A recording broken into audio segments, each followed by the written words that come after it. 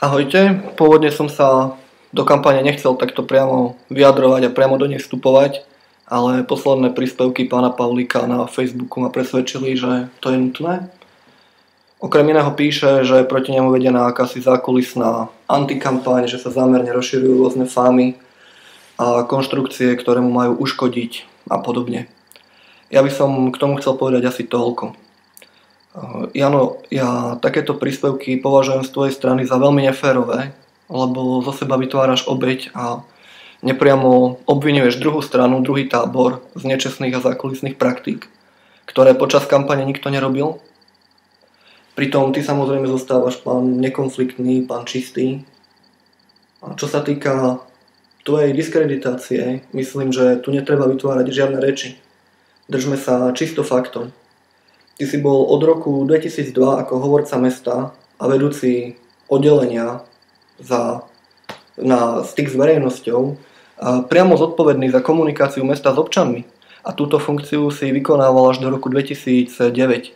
Preto ak dnes majú ľudia pocit, že ich mesto dlhé roky nepočúvalo a nekomunikovalo s nimi, je to predovšetkým tvoja zásluha. Preto aj ja tvoj slogan osobne volebný Počúvajme spolu svoje mesto považujem za veľmi cynický, lebo pracovať na komunikácii s občanmi a počúvať ich, to bola tvoja pracovná náplň 8 rokov. A ten imidž Ružomberského mestského úradu ako hluchého k občanom, ktorého sa teraz veľmi prácne zbavujeme, je vizitkou tvojej práce. Ty si bol za to zodpovedný a nehovor, že nie, pretože každý, koho to zaujíma, si to môže overiť na mestskom úrade. Uvediem len jeden konkrétny príklad. Ty si v roku 2008 na mestskom webe cez otázky pre mesto zodpovedal na 27 dotazov od občanov. V roku 2009 si zodpovedal na 33 takýchto dotazov. Odkedy túto prácu nevykonávaš a neblokuješ funkciu hovorcu, sme za jediný rok na číslo 237 odpovedí. 97 cez službu otázky pre mesto a 140 cez mestský Facebook. To si môže každý overiť a prepočítať na mestskej stránke a na mestskom Facebooku. Nakoniec je tam aj archív tých minulých rokov. A treba povedať, že dnes to robí takisto jeden človek, ako keď si to mal na starosti ty. Ďalšia vec, ktorú v životopise na svojej stránke nemáš uvedenú, je, že ty si od roku 2002 až po rok 2007 riadil aj Ružomberský hlas. To je presne to obdobie, kedy toto mestské médium získalo veľmi nelichotivý prívlastok hlasnej trúby primátora Čecha. Však všetci si to pamätáme. Tí, čo si to nepamätajú, mali by si pozrieť archív Ružomberského hlasu na webe.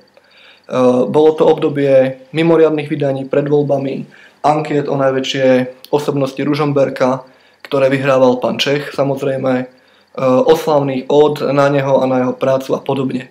Opakujem, že to bolo obdobie, kedy si Ružomberský hlas riadil ty. Čiže svoju predstavu o nezávislých médiách si nám týmto jasne ukázal. A všetci si ju pamätáme.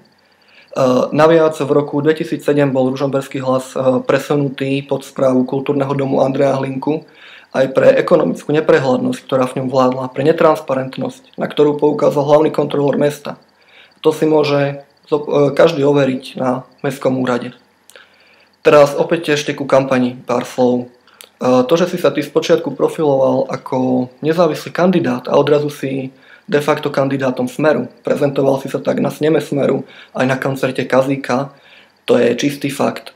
To, že ti podporu vyjadrujú podnikatelia, ktorí sú verejnosťou vnímaní ako kontroverzní, to je opäť čistý fakt. Stačí sa pozrieť na tvoj vlastný Facebook, kde ti túto podporu vyjadrujú a kde ty proti tomu vôbec neprotestuješ, si mlčíš. Takže sa nečuduj, že na toto ľudia reagujú a neobvinujú z toho nás alebo kohokoľvek, že to šíri. Že máš nápadne masívnu kampaň, ktorú musí niekto financovať, to je opäť fakt. Vidíme to v uliciach mesta. A určite to financovanie robí pre tvoje modré oči a určite za to nič nebude chcieť. Isté, že všetci tomu veríme.